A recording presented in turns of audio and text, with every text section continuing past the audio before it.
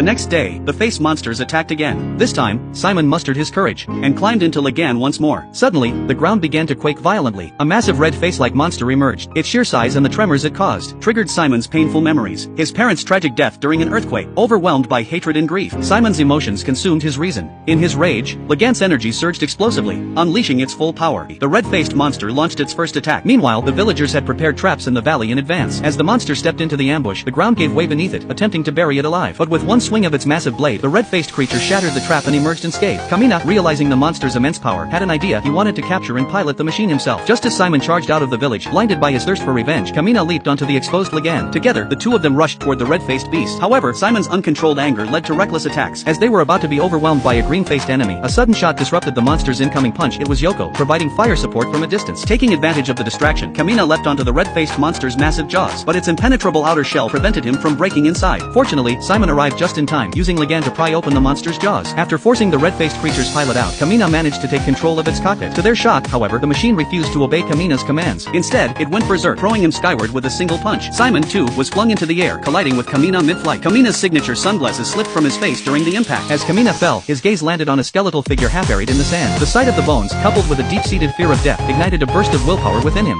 The red-faced monster suddenly roared to life, and Kamina managed to gain control.